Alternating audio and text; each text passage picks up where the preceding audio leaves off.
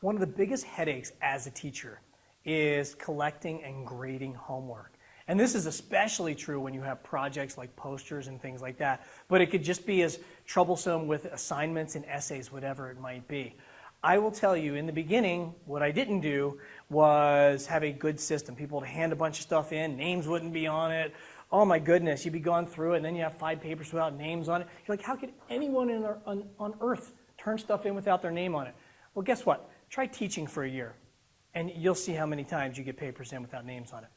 What I started switching to was a double checklist, and you're not going to be able to see this here. When I'm editing, I'll try to put it up on the screen. But whatever the program or thing is, a lot of times, let's say it's a poster project, for example, you'll have a list of requirements you want your students to do. Make sure their name's on the front, make sure the name of the thing, there's a title on it, make sure they have these 3 facts, whatever it is. Well, what I do is, when they're doing the poster project, I would hand out these sheets, and then they would have to check to see everything's on there.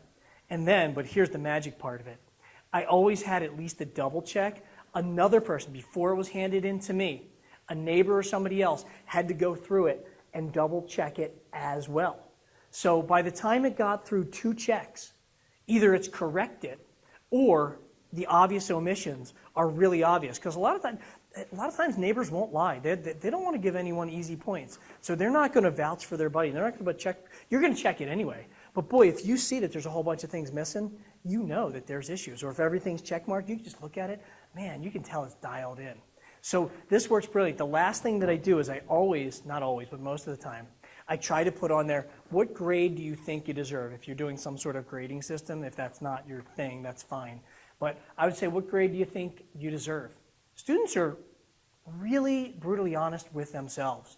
They're harder on themselves than you will be. So if they're willing to give themselves a C because they know they didn't do hardly anything, well then I have no problem giving them a C. Now, of course, I evaluate it on my own, I do my own thing, but consider having a double check. And this isn't just for posters. You can do this with essays. You can do this with math assignments. You couldn't think of a thing that this couldn't be double checked with. And it's so much easier to grade when there's a double check system in place.